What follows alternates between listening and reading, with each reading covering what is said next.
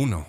Hay una forma de soledad que no se puede comprar con diamantes ni ocultar bajo el aroma del jazmín y la rosa. Es una soledad que se lleva en los huesos, que nace en el frío de los pasillos de piedra y se queda grabada en la mirada, por mucho que esa mirada se refine en los espejos del Hotel Ritz. Bienvenidos a este relato sobre la voluntad y el vacío. Hoy vamos a desgranar la historia de Gabrielle Chanel, la mujer que decidió que el mundo debía vestir sus cicatrices hasta convertirlas en elegancia. Porque detrás del logo de las dos C entrelazadas no hay solo una empresa multimillonaria o un imperio de la moda. Hay un grito de guerra contra la autocompasión. Es la crónica de una niña que fue abandonada en un carromato y que, para sobrevivir, tuvo que inventarse a sí misma tantas veces que terminó por olvidar quién era la persona que vivía debajo del mito de Coco. Para entender cómo una huérfana sin nombre llegó a dictar las leyes del gusto en todo el planeta. Debemos alejarnos de las luces de París y viajar hacia atrás, hacia un tiempo de barro, de privaciones y de silencios que pesan más que el plomo. Debemos entrar en el corazón de Francia, a finales del siglo XIX, donde la vida de una mujer valía poco más que la tela de su delantal. Imaginen a una anciana sentada en su suite privada, rodeada de biombos de coromandel y el humo constante de un cigarrillo que parece ser la única compañía que no la juzga. Se mira las manos, manos que han cortado, cosido y desgarrado, las convenciones de toda una época. Esa mujer, que en 1971 es la reina absoluta de la costura, comenzó siendo nada. Y es precisamente ese nada lo que se convirtió en su mayor herramienta de diseño. Gabrielle nació en 1883 en un hospicio de Saumur. Su madre, una mujer agotada por la miseria y los partos, murió cuando Gabrielle tenía apenas 12 años. Su padre, un vendedor ambulante que veía en sus hijos una carga más que una bendición, no dudó un segundo. Montó a sus 3 hijas en un carromato y las condujo hacia el convento de Aubazin. Allí, en un paisaje de colinas grises y nubes bajas, las entregó a las monjas de la Congregación del Santo Corazón de María. Dicen que Gabrielle pasó años esperando en la ventana a que el carruaje de su padre regresara por ella, pero el camino permaneció vacío. Aquel abandono fue la herida original, el motor de una ambición que no buscaba la riqueza por el placer del lujo, sino por la seguridad de que nadie, nunca más, podría volver a dejarla atrás. El convento de Aubazin no era un lugar de consuelo, era un lugar de disciplina, de piedra fría y de una estética despojada de todo adorno innecesario. Allí, entre las sombras de los claustros y los cantos gregorianos, se gestó la revolución de la moda del siglo XX. Mientras otras niñas soñaban con encajes y colores brillantes, Gabrielle aprendía a observar la belleza en el rigor de los hábitos negros de las monjas, en la blancura almidonada de las tocas y en la geometría de los suelos de piedra. El minimalismo que hoy asociamos con el lujo más extremo no nació en un salón de dibujo de París, sino en la penuria de un orfanato católico donde el color estaba prohibido. La joven Gabrielle no era una alumna dócil. Sus manos eran inquietas, sus ojos demasiado observadores. Aprendió a coser con una precisión quirúrgica, manejando la aguja como si fuera un arma blanca. En las puntadas que daba sobre las telas burdas de las sábanas del convento, ya se adivinaba la tensión de quien quiere romper las costuras de su propio destino. Al cumplir los 18 años, la institución la envió a una escuela para chicas jóvenes en Moulins. Pero la verdadera educación de Gabrielle comenzó fuera de los muros religiosos. Comenzó en la calle, en los cafés y en los cuarteles donde los soldados buscaban distracción.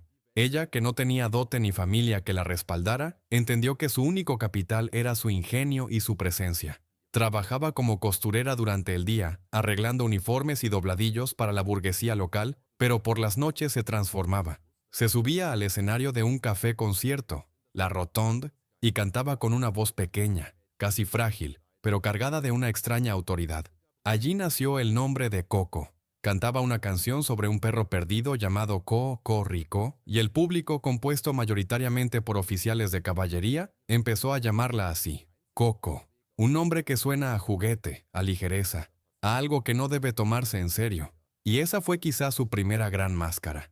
Bajo el nombre de Coco, Gabrielle empezó a moverse en los círculos de la aristocracia menor. Fue allí donde conoció a Etienne Balsan, un rico heredero de una dinastía textil y criador de caballos. Balsan no vio en ella a la mujer que cambiaría la historia, sino a una petite divertida, una distracción para sus largas tardes en su finca de Royalieu.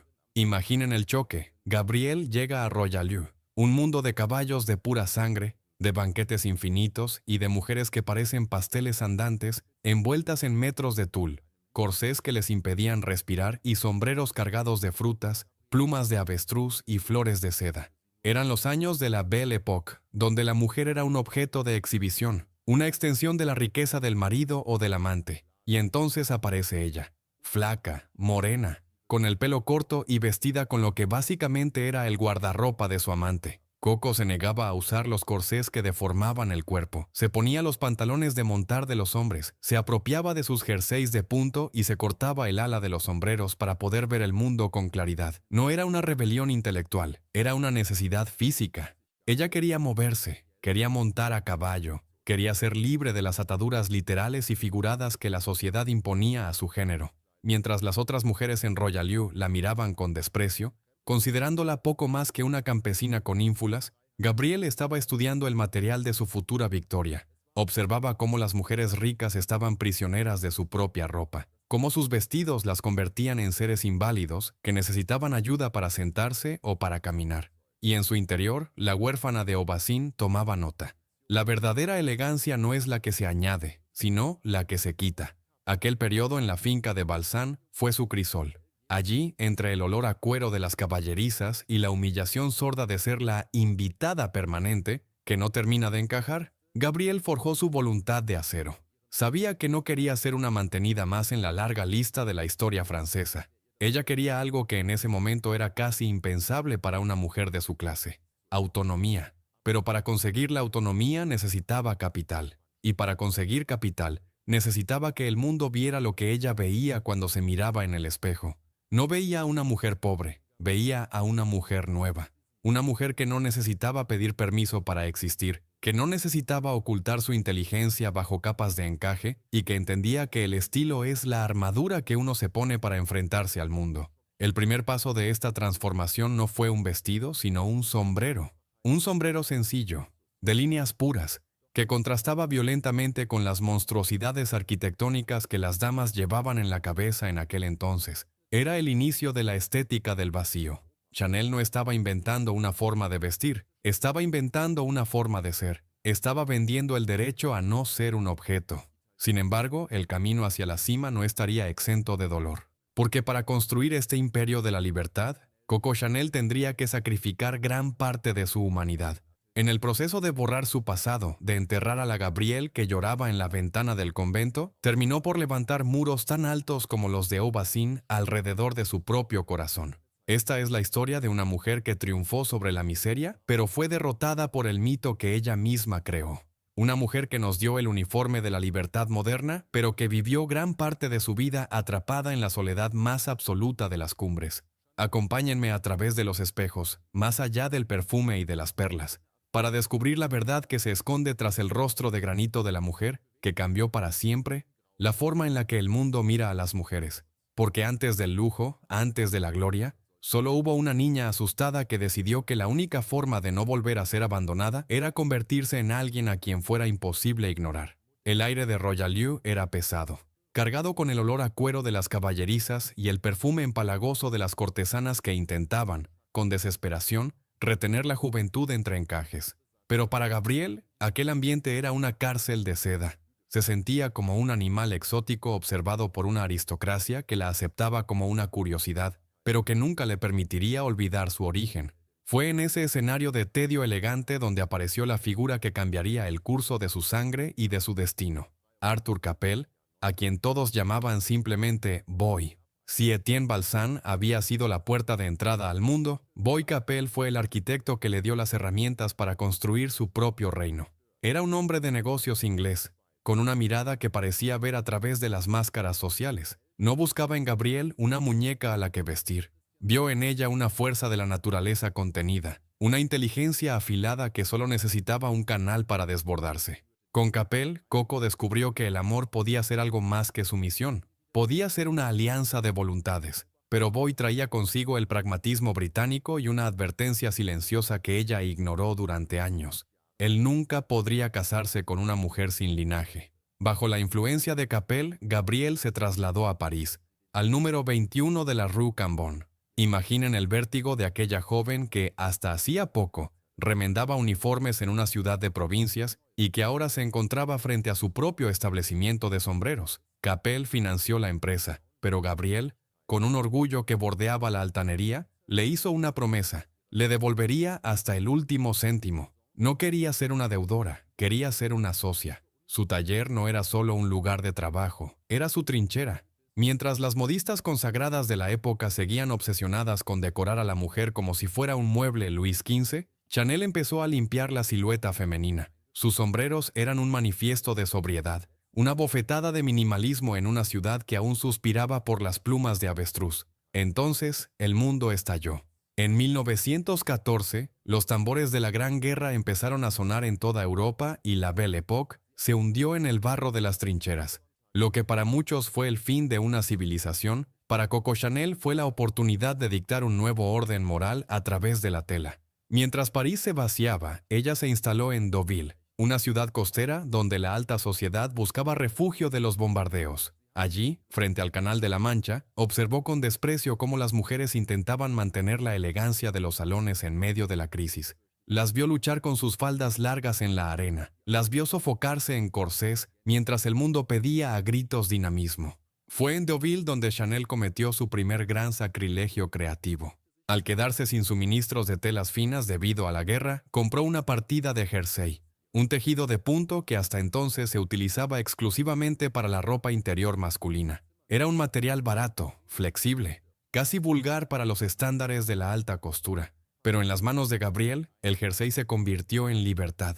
Diseñó vestidos que no necesitaban ayuda para ser puestos, prendas que permitían a la mujer caminar, correr y, sobre todo, trabajar. Porque con los hombres en el frente, las mujeres tuvieron que ocupar las fábricas, conducir ambulancias y gestionar negocios. Chanel no creó una moda, creó el uniforme de la supervivencia. En Biarritz, su segunda tienda, el éxito ya no era una posibilidad, sino una realidad arrolladora. Se convirtió en la primera mujer de negocios de Francia en amasar una fortuna por su propio pie. Devolvió el dinero a Boy Capel, tal como había prometido, y en ese gesto de independencia financiera selló paradójicamente su destino de soledad. Al dejar de ser una protegida para convertirse en una igual, Gabriel rompió el equilibrio de poder. Boy la amaba, la admiraba, pero la presión de su estirpe y las ambiciones políticas lo llevaron a casarse con la hija de un aristócrata inglés. Gabriel aceptó la traición con una frialdad que asustaba a sus propios colaboradores. Siguió siendo su amante, compartiendo noches secretas y conversaciones sobre el futuro, mientras el fantasma del matrimonio de Boy flotaba entre ellos como una niebla sucia. Se había convertido en la modista más famosa de Francia, pero en la intimidad seguía siendo la niña de Aubusson que esperaba un carruaje que nunca llegaba para quedarse. Su éxito era un escudo, pero un escudo no puede dar calor. La tragedia, sin embargo, no se conformó con el desengaño amoroso. En una gélida noche de diciembre de 1919, el destino decidió que la deuda de Gabriel con el dolor aún no estaba saldada. Boy Capel conducía hacia la Costa Azul para pasar la Navidad con ella cuando su coche se salió de la carretera. La muerte fue instantánea. Chanel recibió la noticia y viajó hasta el lugar del accidente. Cuentan que Gabriel llegó al borde de la carretera, frente a los restos humeantes de metal, y se sentó en la cuneta a llorar. Fue la última vez que el mundo la vio vulnerable. En aquel arcén, rodeada de oscuridad y el olor a caucho quemado, Gabrielle Chanel enterró a la mujer que amaba para dejar paso definitivo al mito. Se dice que al ver el color de la noche, tomó una decisión que cambiaría la historia de la estética universal. Voy a vestir a todo el mundo de negro. Voy a obligar al mundo a llevar mi luto. Hasta entonces, el negro era el color de las sirvientas, del servicio doméstico o del dolor más estricto y privado. Chanel lo transformó en el color de la elegancia suprema, en el símbolo de la mujer moderna que no necesita adornos para brillar. Así nació el pequeño vestido negro, el petite robe noir. No era solo una prenda, era un vacío lleno de significado. Era el luto por Boy Capel convertido en una tendencia global. Al democratizar el color de la tragedia, Coco Chanel ocultó su propio desgarro bajo la piel de millones de mujeres. A partir de ese momento, su ascenso fue vertical y despiadado. La década de 1920 fue el terreno donde Chanel se convirtió en un imperio. Se cortó el cabello, una decisión que hoy parece trivial, pero que en su momento fue un acto de rebeldía casi violento. Una mujer sin melena era una mujer que renunciaba a la feminidad tradicional para abrazar una nueva forma de poder. Empezó a usar perlas falsas mezcladas con joyas auténticas, burlándose de la obsesión de la burguesía por el valor material. La joyería no está hecha para provocar envidia, sino para adornar,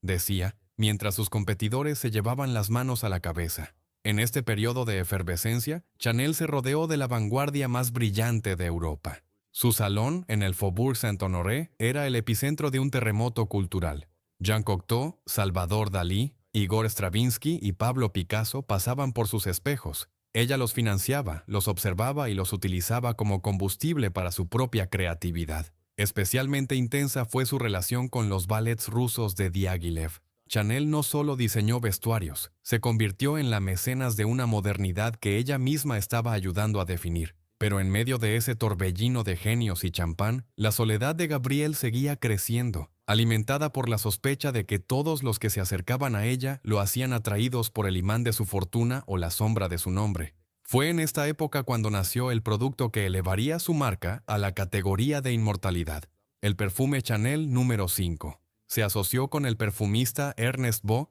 con una petición que parecía imposible. Quiero un perfume de mujer que huela a mujer, no a flores. En un mercado dominado por esencias simples de violeta o rosa, Chanel propuso una arquitectura química compleja, una mezcla de 80 ingredientes potenciada por aldehídos que le daban una frescura metálica, casi eléctrica. El número 5 era su número de la suerte, el número que recordaba de las baldosas del convento de su infancia. El éxito del perfume fue tal que Chanel dejó de ser solo una modista para convertirse en una presencia invisible en los dormitorios de todo el mundo. El frasco, de líneas rectas y sobrias, recordaba a las petacas de los hombres o a los frascos de laboratorio, huyendo una vez más de la decoración barroca. Con el número 5, Gabrielle vendió una idea. La mujer Chanel no es la que se deja oler, sino la que decide cómo quiere ser recordada. El perfume era un rastro de voluntad en un frasco de cristal. Sin embargo, a medida que el imperio crecía, la mujer desaparecía. Sus diarios de esos años muestran a una Chanel cada vez más irritable, más obsesionada con el control, más incapaz de delegar. Dormía poco, trabajaba hasta el agotamiento y se rodeaba de una corte de empleados que la temían y la adoraban a partes iguales. Se había convertido en la Gran Mademoiselle, una figura de autoridad absoluta que no permitía ninguna disidencia en sus talleres de la Rue Cambon. La tragedia de Chanel en esta etapa de su vida es la tragedia del triunfo total. Había logrado todo lo que la niña de Aubusson había soñado: riqueza, respeto, independencia y una posición en la historia que nadie podría arrebatarle. Pero al mirar hacia atrás, hacia los restos del coche de Bois-Capel, entendió que el precio de su libertad había sido el exilio emocional. Se había construido una armadura tan perfecta que ya nadie podía tocarla. Vivía en el Ritz, pero su verdadera casa era el vacío que dejaba el humo de su cigarrillo en el aire de París. Había reformado el cuerpo de la mujer, le había devuelto el movimiento, le había quitado el corsé y le había dado el negro como bandera. Pero mientras liberaba a millones de mujeres, ella misma se encerraba en un personaje de granito. El éxito era la piedra más pesada de su mausoleo en vida. Chanel ya no era una mujer, era una marca, una idea, un perfume. Y en el silencio de sus noches en la suite del hotel, rodeada de biombos chinos que ocultaban las esquinas de su habitación, Gabrielle Chanel empezaba a comprender que la cima del mundo es, sobre todo, un lugar donde el viento sopla con una frialdad que ninguna perla puede mitigar. Los años 30 no llegaron a París con la alegría de un banquete, sino con el eco metálico de una puerta cerrándose. Tras el colapso financiero de 1929, el mundo que Coco Chanel había ayudado a construir, un mundo de dinamismo, de independencia y de ligereza, empezó a palidecer ante la sombra de la Gran Depresión y la amenaza de una nueva guerra que se gestaba en el corazón de Europa. Gabrielle, instalada en su fortaleza de la Rue Cambon, observaba este cambio de guardia con una mezcla de desprecio y ansiedad. Ya no era la joven rebelde que cortaba el ala de los sombreros. Ahora era la institución, la monarca absoluta de un imperio que empleaba a miles de personas.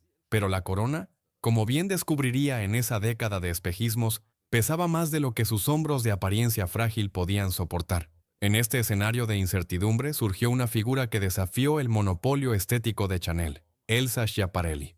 Si Chanel representaba la lógica, la arquitectura del cuerpo y el rigor del blanco y el negro, Schiaparelli representaba el caos, el surrealismo y el color rosa shocking.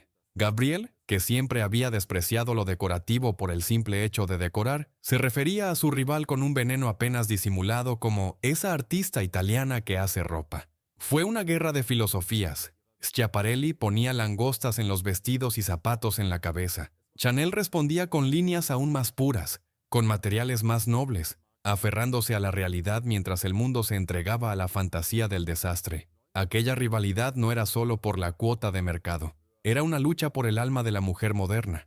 Chanel sentía que el surrealismo era una traición a la libertad que ella había conquistado. ¿Por qué volver a disfrazar a la mujer cuando ella ya la había hecho humana? Sin embargo, el desgarro más profundo de esos años no vendría de la competencia profesional, sino de su búsqueda incesante de un anclaje emocional que seguía escapándosele de las manos. Fue la época de su idilio con el duque de Westminster, Vendor, el hombre más rico de Inglaterra y el epítome de una aristocracia que Gabriel siempre había observado desde la distancia del orfanato.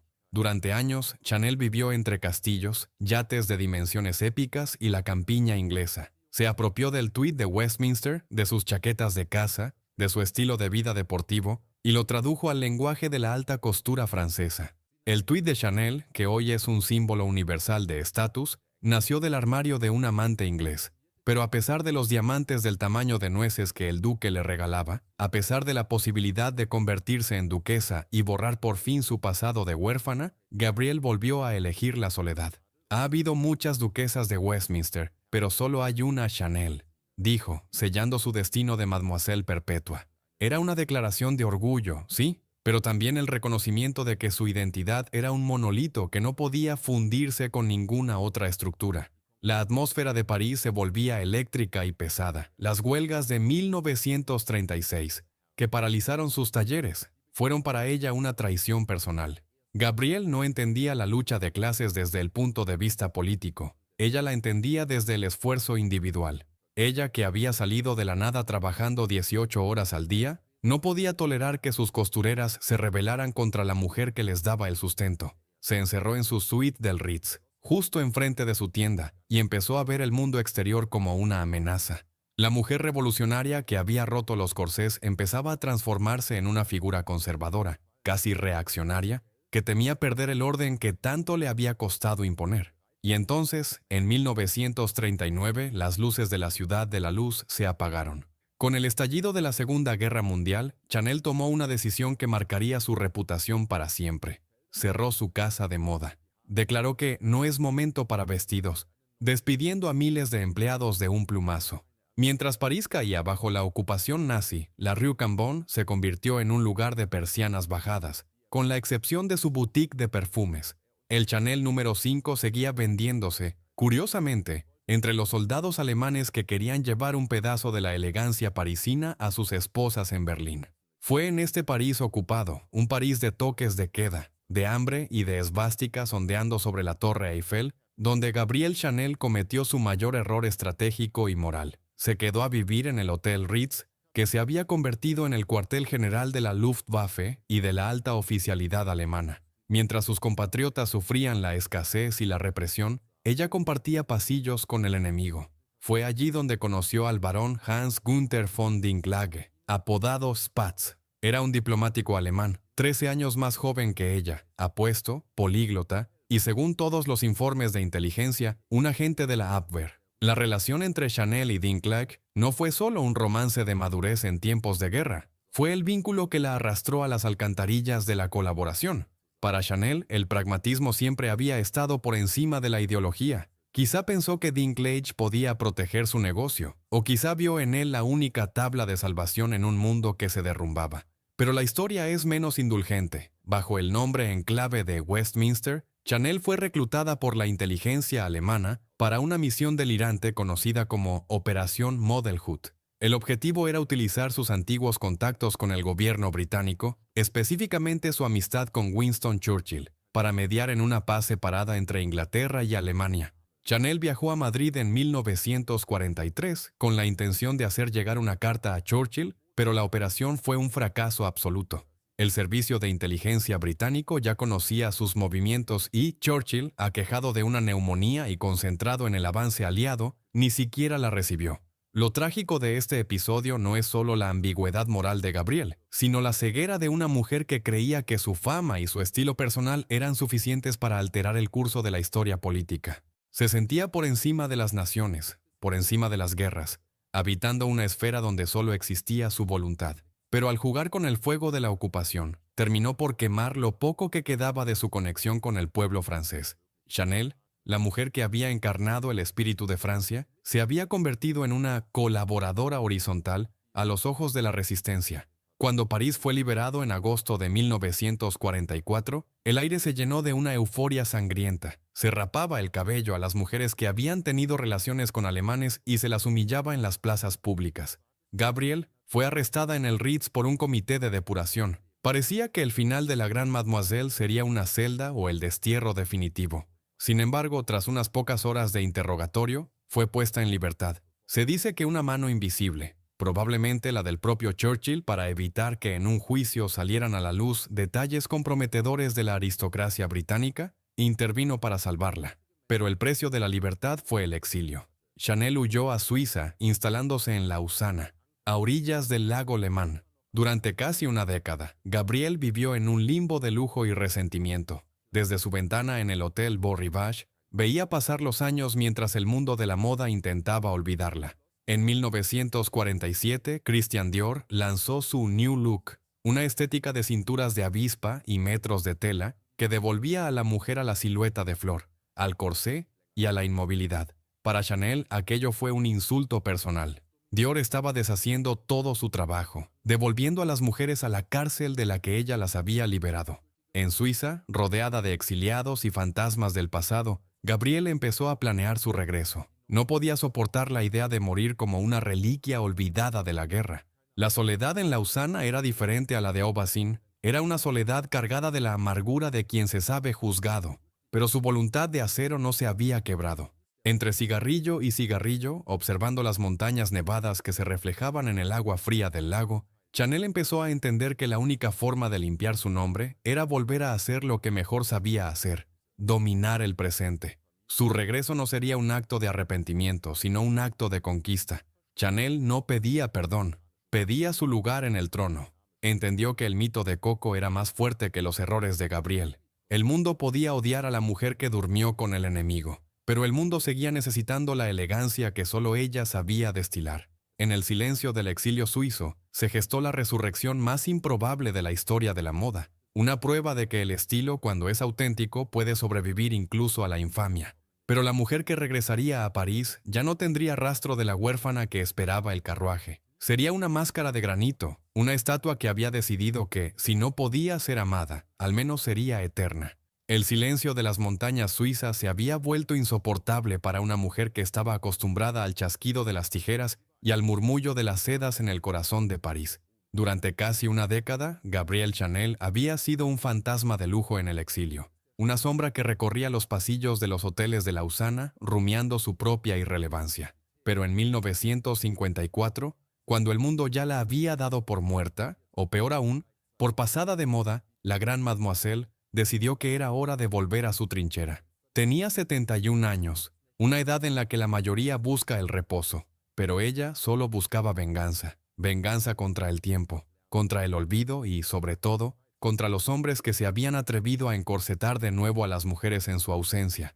El París al que regresó Gabrielle no era el de los locos años 20. Era una ciudad que intentaba reconstruirse tras las cenizas de la guerra, pero que en el ámbito de la estética había caído en lo que ella consideraba una regresión imperdonable. Christian Dior reinaba con su New Look, una oda a la feminidad de flor que Chanel despreciaba con cada fibra de su ser. Para ella, Dior no vestía a mujeres, vestía a muñecas, cargándolas con metros de tela inútil y devolviéndolas a la inmovilidad de la que ella las había rescatado décadas atrás. Dior no viste a las mujeres, las tapiza. Decía con esa lengua afilada que no conocía la diplomacia. Su regreso no fue un acto de nostalgia, fue un contraataque militar. Imaginen la escena en el número 31 de la Rue Cambon, aquel 5 de febrero de 1954. Las famosas escaleras de espejos, donde ella solía sentarse en el quinto escalón para observar las reacciones del público sin ser vista, estaban de nuevo listas. El aire estaba saturado del Chanel número 5, vaporizado por los empleados con una insistencia casi religiosa. La prensa francesa acudió con los colmillos afilados, esperando ver el patético espectáculo de una anciana intentando recuperar un pasado que ya no le pertenecía. Y, en un primer momento, pareció que tenían razón. El desfile fue recibido con un silencio sepulcral. Los críticos franceses fueron despiadados. Dijeron que su colección era un eco polvoriento, que no había nada nuevo, que Mademoiselle Chanel estaba acabada. La humillación fue pública y feroz. En ese momento, cualquier otra persona se habría retirado definitivamente a la oscuridad. Pero Gabrielle no era cualquier persona. Ella era la hija de la necesidad y del abandono, y sabía que el tiempo es un artesano que trabaja a favor de la lógica. Lo que los franceses llamaban falta de novedad, ella lo llamaba estilo eterno. Mientras Europa le daba la espalda, cruzando el Atlántico, el milagro comenzó a gestarse. La revista Life y la prensa estadounidense vieron en aquel regreso algo que los franceses, cegados por la búsqueda de la fantasía, habían pasado por alto: la utilidad. Las mujeres americanas, que vivían una vida de dinamismo y pragmatismo, reconocieron en el traje de tweed de Chanel la armadura perfecta para la mujer moderna. No era un vestido para una noche de gala, era un uniforme para la vida. Aquel diseño, la chaqueta sin cuello, los botones dorados, la cadena cosida al dobladillo para asegurar la caída perfecta, se convirtió en un símbolo de estatus y libertad de un día para otro. La resurrección había comenzado, y esta vez no habría marcha atrás. Sin embargo, este triunfo profesional fue profundizando la grieta en su alma. Gabrielle se instaló de forma permanente en el Hotel Ritz, en una suite que daba a la Place Vendôme, pero su vida transcurría en los talleres. Se convirtió en una dictadora de la perfección. Podía pasar horas arrodillada frente a una modelo, arrancando una manga, deshaciendo una costura con sus propias manos hasta que la línea fuera absolutamente pura. No le importaba el cansancio de sus empleadas ni el suyo propio. El trabajo se había convertido en su única forma de oración, en el único espacio donde ella tenía el control absoluto sobre un mundo que, fuera de esas paredes, le resultaba hostil y extraño. En esta etapa de su vida, la soledad de Chanel adquirió una cualidad casi mística. Sus grandes amigos y aliados de la juventud habían ido desapareciendo. Misia Certes, su ángel guardián y la mujer que mejor la había comprendido, había muerto dejándola huérfana de afecto por segunda vez en su vida. Colette, la escritora que compartía con ella ese origen terrenal y esa inteligencia salvaje, también se había ido. Gabrielle se encontraba sola en la cima de un imperio que facturaba millones, pero rodeada de personas que solo veían en ella a una leyenda viviente o a una jefa temible. Se volvió más reservada, más amarga, y su comunicación con el mundo se redujo a aforismos cortantes que lanzaba como flechas desde su suite del Ritz. La tragedia de la Chanel de los años 50 y 60 es la tragedia de la mujer que ya no puede separar su carne de su marca. Se vestía siempre de sí misma, envuelta en sus trajes de tweed, cargada de perlas que parecían un rosario laico, con el sombrero siempre puesto como si estuviera lista para una batalla que nunca terminaba. Ya no existía Gabrielle, solo existía Mademoiselle. Inventó historias sobre su infancia para ocultar la pobreza del hospicio, creando un mito de origen aristocrático que nadie creía pero que todos respetaban. Mentía con una convicción tal que terminó por creerse sus propias fábulas. El vacío que dejó el carromato de su padre seguía allí, pero ahora lo llenaba con la arquitectura de una marca que pretendía ser inmortal. Su relación con el personal del taller era una mezcla de terror y devoción. Podía ser generosa hasta el extremo con quienes le eran fieles, pero implacable con el menor rastro de mediocridad. No permitía que sus modelos tuvieran vida privada si eso interfería con su trabajo. Ella quería que todas fueran extensiones de su propia voluntad. Una mujer debe ser dos cosas: elegante y fabulosa, repetía, pero ella misma era cada vez menos una mujer y más una estatua de granito. En las noches de insomnio recorría las habitaciones del Ritz rodeada de sus biombos de coromandel, esas estructuras de madera lacada que le servían para ocultar las puertas y las esquinas, porque odiaba las salidas. Quería sentirse encerrada en un mundo de su propia creación, un mundo donde el tiempo no pudiera entrar. El éxito del traje Chanel en esta época fue tal que se convirtió en la prenda más copiada del mundo. Lejos de indignarse, Gabrielle se sentía orgullosa. La imitación es la forma más sincera de la adulación. decía, entendiendo que el hecho de que una mujer humilde pudiera comprar una copia barata de su diseño era la prueba definitiva de su victoria sobre la exclusividad aristocrática. Ella quería estar en la calle, quería que su estilo fuera el aire que respiraba la gente, no un privilegio de unos pocos. Había logrado democratizar la elegancia, pero en el proceso se había vuelto la mujer más solitaria de París. A medida que avanzaban los años 60, el mundo volvió a cambiar a una velocidad que ella ya no quería seguir. Llegó la minifalda, llegó el movimiento hippie, llegó la democratización total del consumo. Chanel despreciaba la minifalda con una violencia visceral. Decía que las rodillas eran la parte más fea del cuerpo humano y que no había necesidad de mostrarlas. Se encontraba en guerra con la nueva generación de diseñadores, como Yves Saint Laurent, a quien sin embargo reconocía talento. Sentía que el mundo se volvía vulgar, que se estaba perdiendo el sentido del decoro y del respeto por el oficio que ella había defendido con uñas y dientes. A pesar de su rechazo por la modernidad ruidosa, su influencia era más vasta que nunca. El 22 de noviembre de 1963, el traje rosa que vestía Jacqueline Kennedy en Dallas no era de Chanel, pero era una copia autorizada realizada en Estados Unidos para que la primera dama pudiera vestir moda americana sin renunciar al estilo de la Rue Cambon. Esa imagen manchada de sangre quedó grabada en la memoria colectiva como el fin de una era. Y de alguna manera Chanel estaba allí, en el centro de la tragedia histórica, demostrando que su diseño era capaz de contener incluso el dolor más inefable. En sus últimos años, Gabrielle se volvió una figura casi espectral. Trabajaba hasta el sábado por la noche y pasaba los domingos en su suite del Ritz, odiando los días festivos porque no había trabajo que hacer. El domingo era para ella el recordatorio más cruel de su soledad. Odio los domingos porque nadie me necesita, confesaba a sus íntimos. Su vida se había reducido a una línea recta entre su tienda y su hotel. Sus manos, deformadas por la artritis, no dejaban de mover las tijeras, recortando el mundo a su medida hasta el último suspiro. La mujer que había nacido en un hospicio y que había aprendido a convertir el vacío en estilo, se encontraba ahora en la cúspide de un imperio global, pero atrapada en un laberinto de espejos donde solo se veía a sí misma. Había liberado a la mujer del corsé, pero se había construido un corsé de mito y de leyenda del que ya no podía escapar. Su triunfo era absoluto, pero el frío de las piedras de Aubazin parecía haberla alcanzado por fin en el corazón de la Place Vendôme. Chanel ya no era una persona. Era una fragancia, una chaqueta, un par de letras entrelazadas.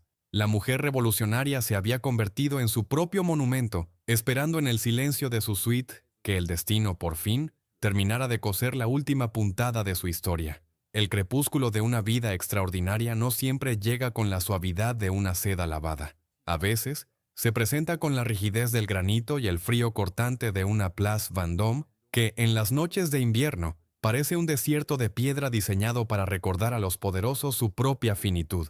Gabrielle Chanel, instalada en su suite del Hotel Ritz, se había convertido en una prisionera voluntaria de su propia gloria. A sus 80 años, la mujer que había despojado al mundo de sus adornos innecesarios vivía rodeada de una opulencia casi asfixiante, un laberinto de biombos de laca china, leones de bronce y espejos que devolvían una imagen que ella ya no siempre reconocía. Esa suite no era una habitación de hotel, era el mausoleo en vida de una mujer que había decidido que, si el mundo no podía amarla, al menos tendría que contemplarla para siempre con una mezcla de pavor y reverencia. La década de los 60 fue para Chanel una guerra de desgaste contra el presente. Mientras las calles de París se llenaban de una juventud que gritaba por la libertad y vestía minifaldas que mostraban la rodilla, esa articulación que Gabrielle consideraba un error de la anatomía humana. Ella se atrincheraba en la Rue Cambon como un general que se niega a firmar el armisticio. Despreciaba la moda que nacía del asfalto. Para ella, el estilo no era una ocurrencia de un día para otro, sino una arquitectura moral. La moda pasa, solo el estilo permanece, repetía como un mantra, mientras veía con horror cómo los nuevos diseñadores, a los que llamaba con desdén los peluqueros, convertían a la mujer en un objeto de consumo rápido y desechable. No era solo una cuestión de centímetros de tela, era una cuestión de dignidad. Ella había luchado por una mujer que fuera dueña de su cuerpo y de su destino, y sentía que la nueva modernidad estaba deshaciendo sus costuras, convirtiendo la elegancia en un disfraz vulgar. A pesar de su amargura hacia el cambio de los tiempos, su rutina diaria seguía siendo una coreografía de una disciplina militar. Cada mañana cruzaba el corto trayecto que separaba el Ritz del número 31 de la Rue Cambon. No era un paseo, era una procesión. Minutos antes de su llegada, un empleado recorría las famosas escaleras de caracol vaporizando el Chanel número 5 en el aire, de modo que el ambiente estuviera saturado de su presencia incluso antes de que su pie tocara el suelo. Ese perfume era su herencia y su escudo, el rastro de una mujer que había logrado que su aroma fuera más real que su propio pasado. Se sentaba en su despacho o en el quinto escalón de la escalera de espejos, desde donde podía observar cada detalle de lo que ocurría en los salones sin ser vista. Desde ese ángulo fragmentado por los cristales, Gabriel era un ojo absoluto, un dios menor que juzgaba la caída de una falda o la tensión de un hilo con una ferocidad que no admitía errores. Su obsesión por el trabajo se había vuelto patológica. No entendía el descanso, porque el descanso significaba silencio, y el silencio traía consigo los fantasmas de Aubazin. Las manos de Gabriel, nudosas y deformadas por la artritis de décadas manejando las tijeras, nunca estaban quietas.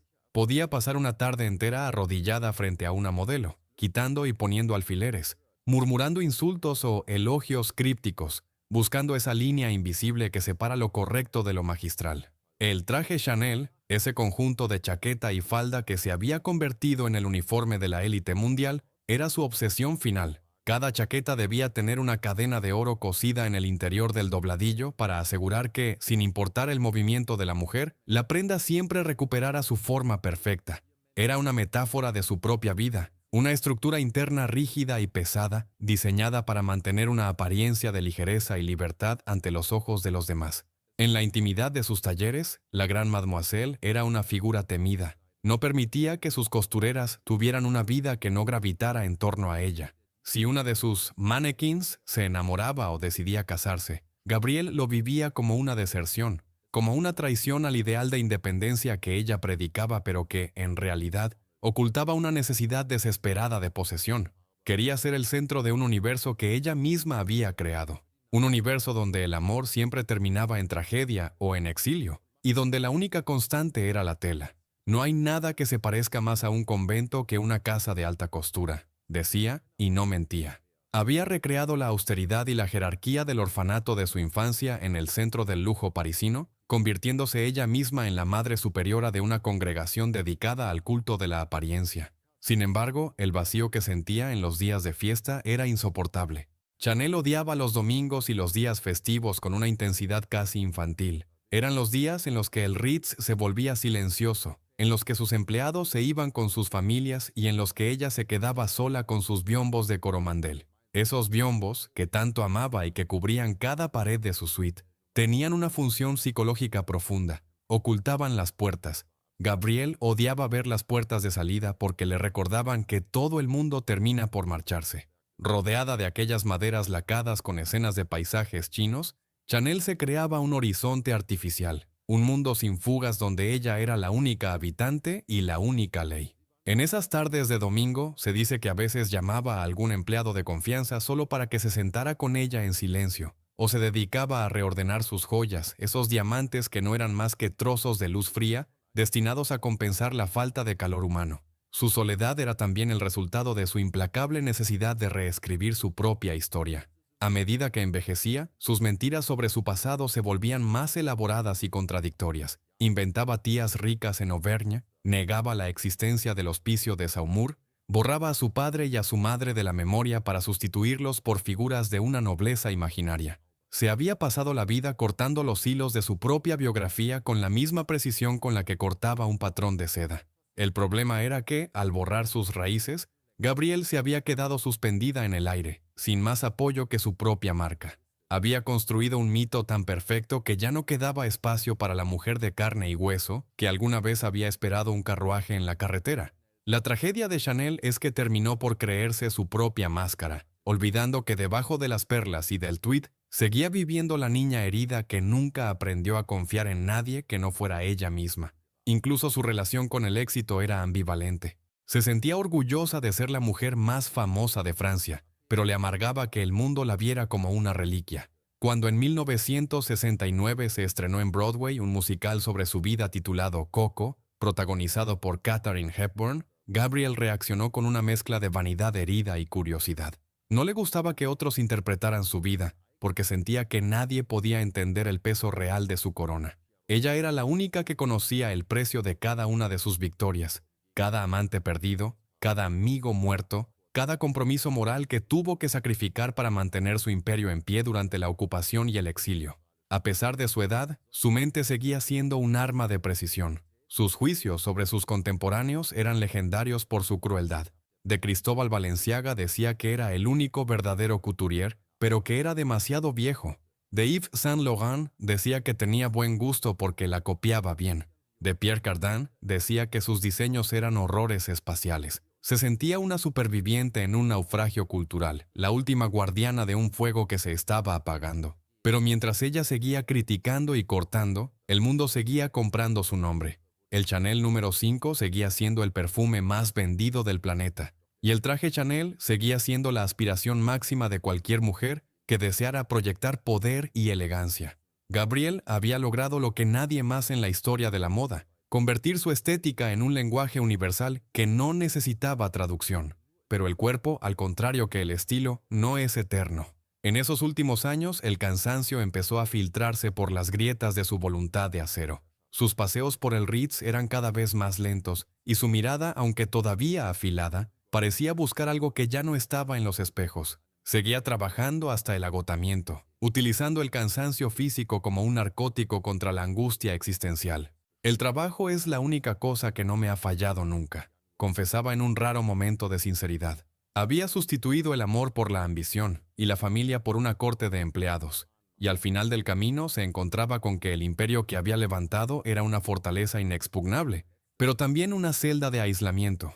La mujer que había revolucionado el siglo XX, la que había quitado el corsé a las mujeres y les había dado el pantalón y el traje de punto, la que había convertido el negro en el color de la libertad y las perlas falsas en una declaración de principios, se estaba desvaneciendo en el aire perfumado de su propia leyenda. Había cumplido su promesa de no volver a ser abandonada, porque ahora el mundo entero la llevaba puesta en la piel o en el pensamiento. Pero en la quietud de su suite, rodeada de sus leones de bronce que simbolizaban su signo zodiacal y su carácter indomable, Gabrielle Chanel empezaba a intuir que la última costura de su vida estaba a punto de cerrarse. La niña de Aubazin finalmente iba a dejar de esperar, no porque el carruaje hubiera llegado, sino porque ella misma se había convertido en el camino, en el destino y en el horizonte de una época que ya no podía entenderse sin su nombre. Su tragedia no fue el fracaso, sino un éxito tan absoluto que la dejó sin nada más que conquistar, excepto el silencio final que la esperaba al otro lado de sus biombos de laca. El tiempo, ese sastre implacable que no admite arreglos ni entallados de última hora, había empezado a cobrar su factura a la mujer que alguna vez creyó que podía dictar las leyes de la eternidad.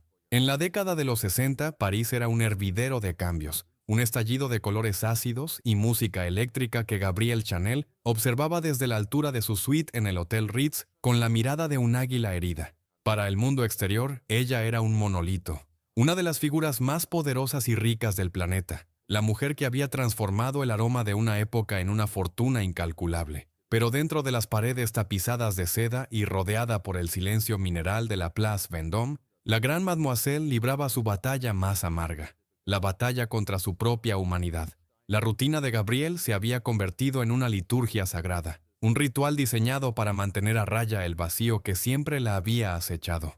Cada mañana cruzaba el corto trayecto de la calle para entrar en el número 31 de la Rue Cambon.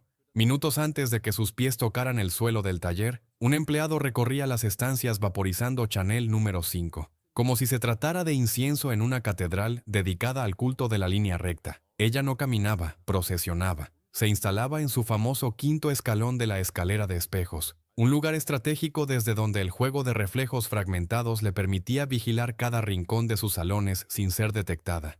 Desde esa posición, Gabrielle no era una anciana, era una conciencia absoluta. Un ojo crítico que podía detectar un error de milímetros en la caída de una falda de tweed a 10 metros de distancia. Para ella, la perfección no era una meta estética, era una defensa propia. Si el mundo era perfecto bajo sus tijeras, quizá el caos de su interior podría ser domesticado. Sin embargo, ese rigor que imponía a sus colecciones era el mismo que aplicaba a su propia vida, creando una armadura de granito que la aislaba del resto de los mortales. Sus manos, que alguna vez fueron las de una joven costurera llena de sueños en Mullins, estaban ahora nudosas, deformadas por el reumatismo y por las décadas de manejar las pesadas tijeras de metal. No permitía que nadie la viera sin sus guantes o sin sus puños almidonados, ocultando la fragilidad de su carne bajo el rigor de su uniforme. Chanel se había convertido en su propia creación más perfecta, y por lo tanto en la más solitaria. Se vestía de sí misma todos los días. El traje de 2 piezas, las hileras de perlas que tintineaban como un rosario laico contra su pecho, el sombrero siempre puesto, incluso dentro de casa, como si estuviera lista para abandonar una estancia en cualquier momento si algo dejaba de complacerla. Esta obsesión por el control se extendía a su familia de empleados. En la Rue Cambon, Gabrielle era una dictadora benevolente pero implacable. No entendía que sus costureras o sus modelos tuvieran vidas que no giraran en torno a la aguja y el hilo. Exigía una devoción total, una entrega absoluta que recordaba a las reglas de clausura del convento de Aubazin, donde se crió. Si una de sus modelos se casaba o quedaba embarazada, Chanel lo vivía como una deserción personal, un acto de traición contra el ideal de la mujer independiente que ella misma había forjado. Una mujer que se corta el pelo está a punto de cambiar su vida, decía, pero ella quería ser la única arquitecta de esos cambios. En su universo, el amor era un accidente peligroso que solía terminar en desastre, y ella se encargaba de recordar a sus protegidas que la única seguridad real se encontraba en el trabajo y en la autonomía financiera. Pero esa autonomía, ese éxito desmedido que la permitía comprar castillos y financiar los sueños de otros, tenía un reverso oscuro que se manifestaba especialmente los domingos. Gabrielle Chanel odiaba los domingos con una intensidad visceral, casi patológica. Eran los días en que el taller cerraba, los días en que sus empleados regresaban a sus casas con sus familias, los días en que el teléfono del Ritz dejaba de sonar. El domingo era el recordatorio de que, a pesar de las perlas y del imperio, no había nadie que la esperara al final del día. Odio los domingos porque nadie me necesita, confesaba con una voz cargada de una amargura que ningún perfume podía enmascarar. En esas tardes interminables, rodeada de sus biombos de Coromandel, Gabrielle se dedicaba a ordenar sus joyas o a reescribir sus memorias, inventando una infancia llena de castillos y tías aristocráticas para sepultar para siempre el recuerdo del barro y la pobreza del hospicio. Había mentido tanto sobre su origen que al final ella misma habitaba una fábula, un mito de su propia invención donde la verdad era una costura que siempre se podía descoser y volver a armar. Su relación con los biombos chinos de laca era otra de sus excentricidades cargadas de significado. Los amaba porque, según decía, le servían para ocultar las puertas. Odiaba ver las puertas de salida de las habitaciones. Para Gabrielle, una puerta era una invitación al abandono, un símbolo de que todo lo que amamos termina por marcharse. Al rodearse de esos paisajes artificiales de nácar y madera negra, se creaba un horizonte propio, un laberinto donde el tiempo parecía haberse detenido.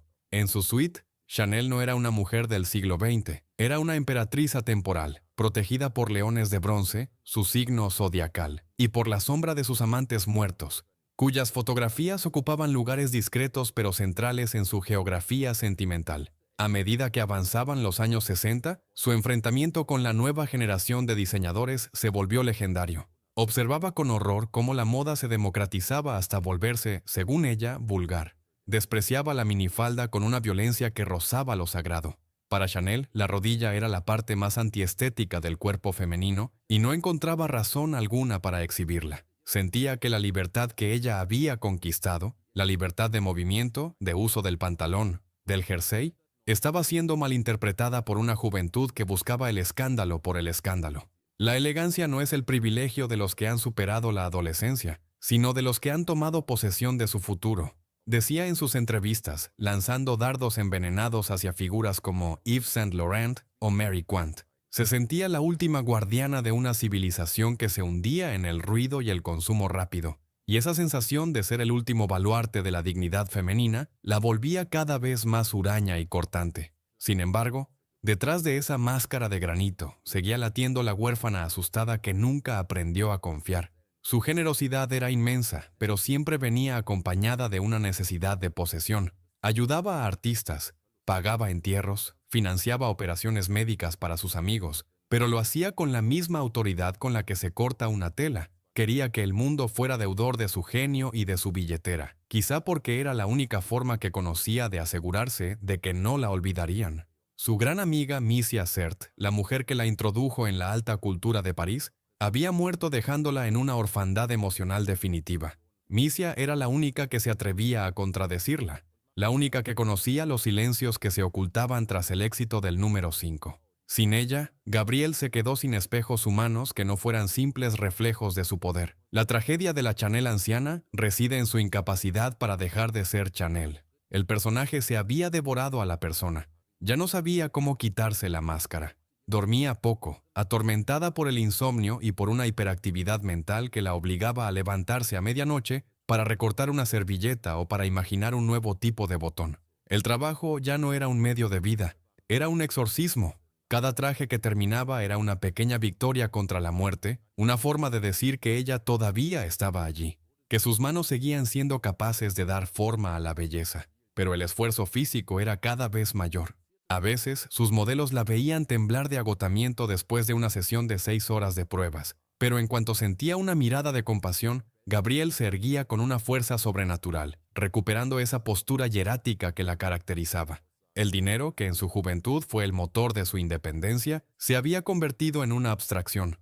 Poseía cuadros de maestros, propiedades en la Costa Azul, cajas fuertes llenas de esmeraldas, pero vivía en una habitación de hotel que no le pertenecía. Esa paradoja define su existencia. La mujer que vistió al mundo entero no tenía un hogar real que no fuera una representación de su propia marca. El Ritz era su escenario, la Rue Cambon su taller, y el resto del mundo era simplemente el lugar donde vivían los clientes. Chanel se había exiliado en el lujo, una forma de destierro mucho más cruel que el que vivió en Suiza tras la guerra, porque este era un exilio elegido, un aislamiento nacido de la convicción de que nadie era lo suficientemente puro o inteligente para compartir su soledad. En sus últimos años, Gabriel se volvió una figura profética y a la vez anacrónica. Sus aforismos sobre la moda y la vida eran citados como verdades absolutas, pero ella se sentía cada vez más ajena a la realidad. Se pasaba las noches hablando sola o con sus empleados más cercanos, desgranando juicios implacables sobre la política, la religión y la moral.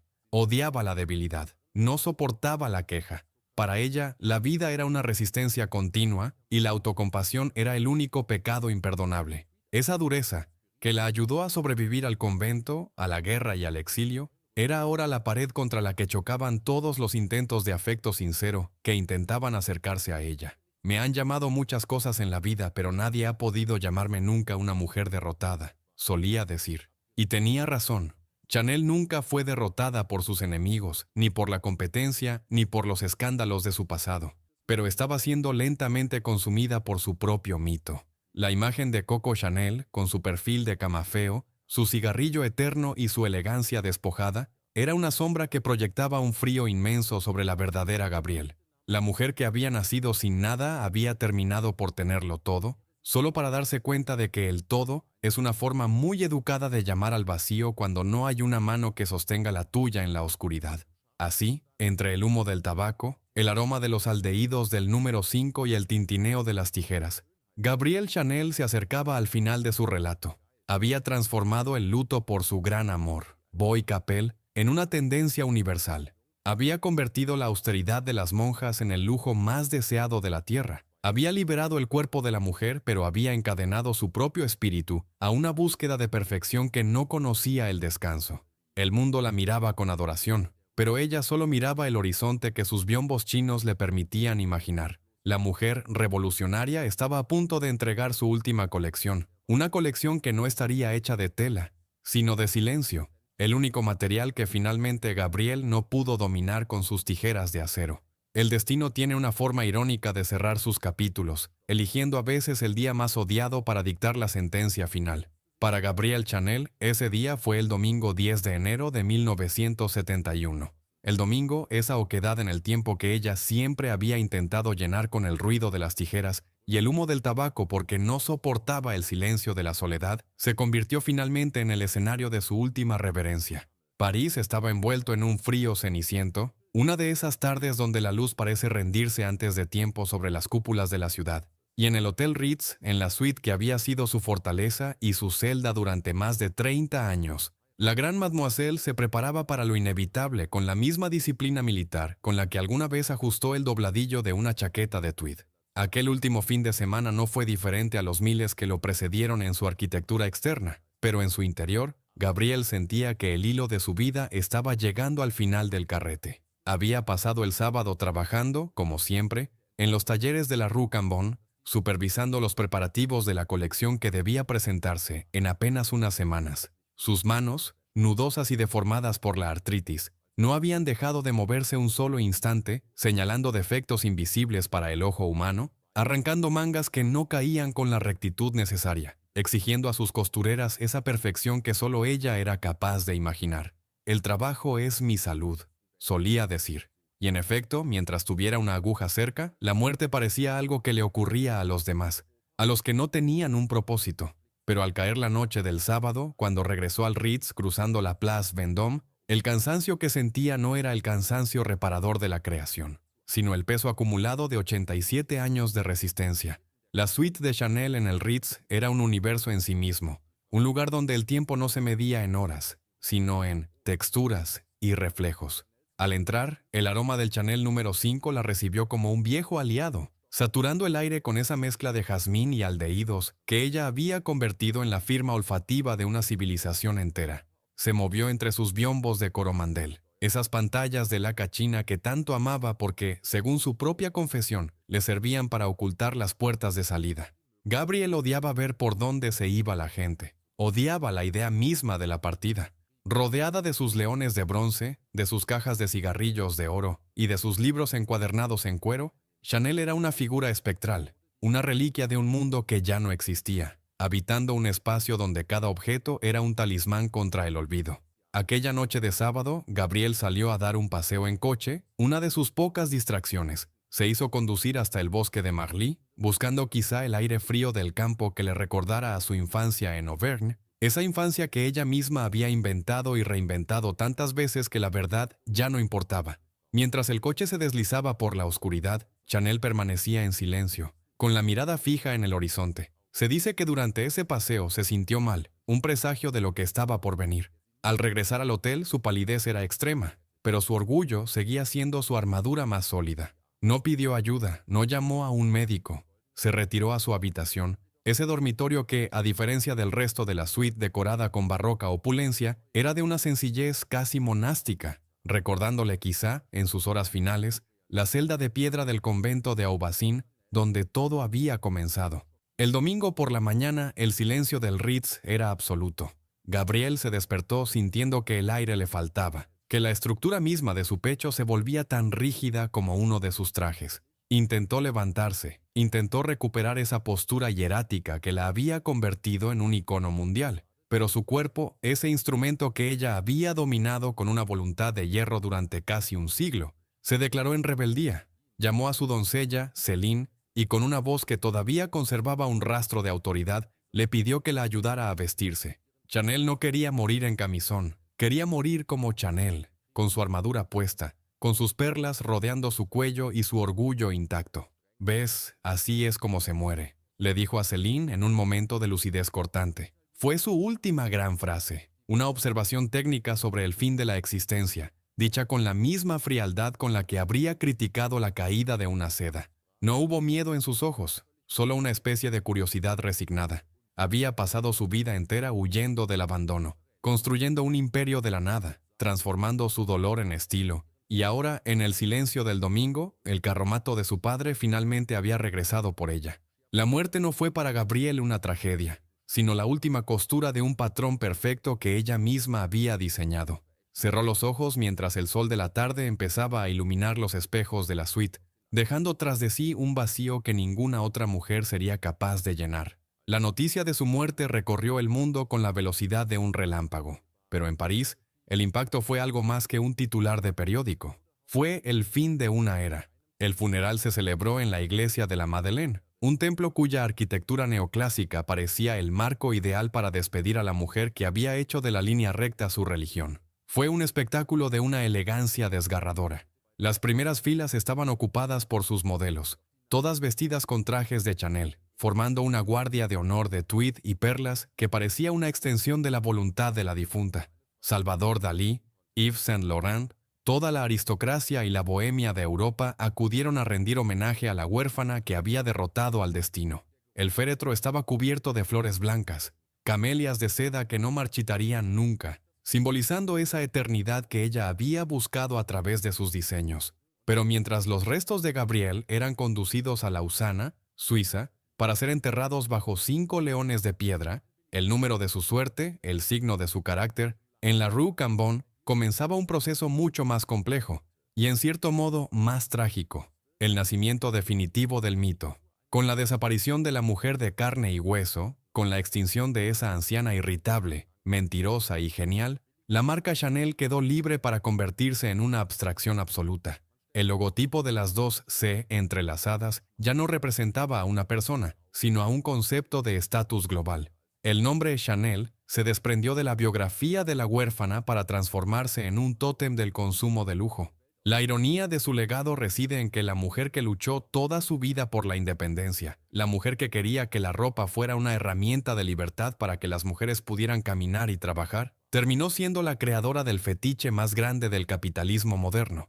La Gabrielle que se cortaba el pelo y usaba pantalones para montar a caballo fue sustituida por una imagen congelada en el tiempo, una máscara de marketing que vendía sueños de exclusividad a millones de personas que nunca conocerían el frío de Aubusson ni el peso de una tijera de metal. Su éxito fue tan rotundo que terminó por borrarla a ella. Hoy, cuando alguien pronuncia el nombre de Chanel, piensa en un frasco de cristal, en una cadena dorada o en una pasarela iluminada. Pero muy pocos recuerdan a la niña que lloraba en la ventana del hospicio esperando a un padre que nunca volvió.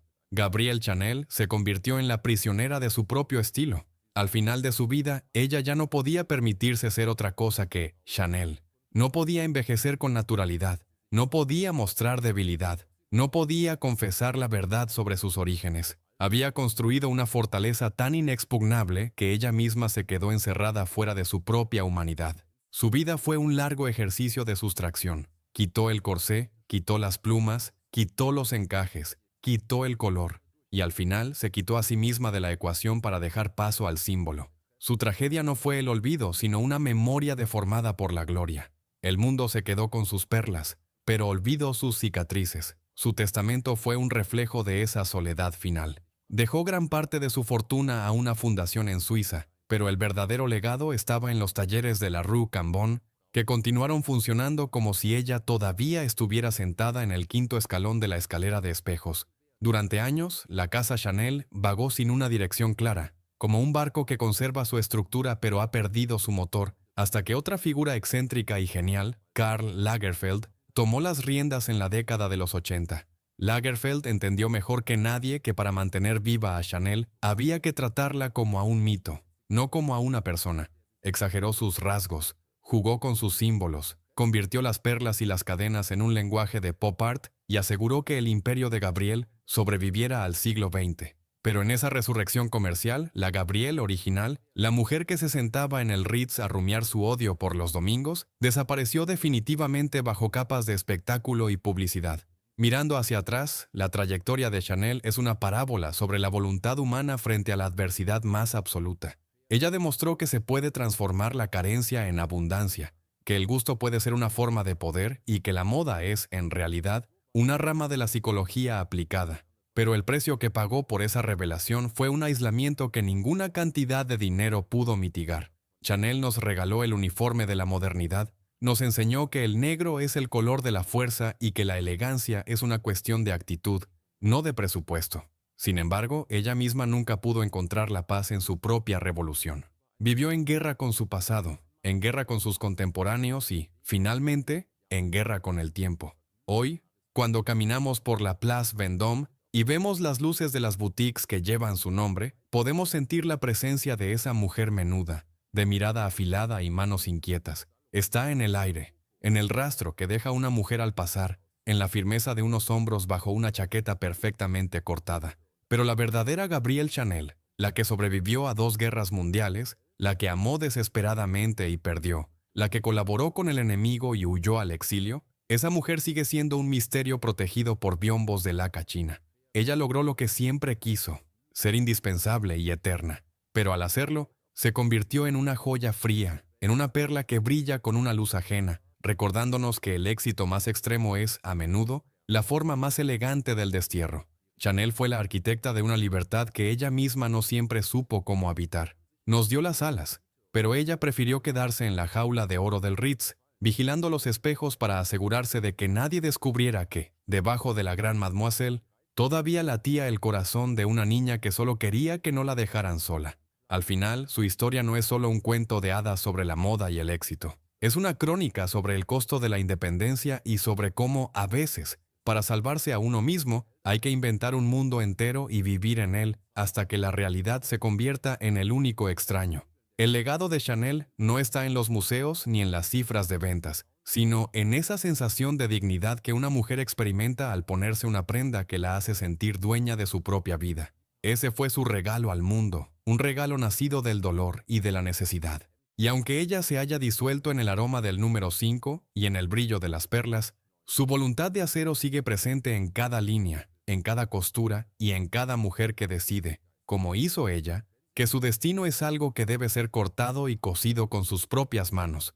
Gabrielle Chanel murió un domingo, pero Coco Chanel vive en cada rincón del mundo donde la elegancia se encuentra con la fuerza, recordándonos que la verdadera riqueza no es lo que se tiene, sino lo que se es capaz de dejar atrás para seguir caminando hacia el horizonte. Así termina la crónica de la mujer que hizo del vacío un estilo y de su soledad un imperio. Una mujer que, partiendo de la nada, lo alcanzó todo, para terminar descubriendo que el triunfo absoluto es un espejo que solo te devuelve tu propia imagen. Su nombre sigue resonando en las avenidas de París y en los rincones más remotos de la tierra, un eco eterno de una voluntad que no conoció la derrota, una fragancia de independencia que sigue flotando en el aire de la historia, invitándonos a todos a buscar nuestra propia verdad más allá de los adornos y de las máscaras, en la pureza de lo esencial, allí donde Chanel finalmente encontró el silencio que tanto había buscado.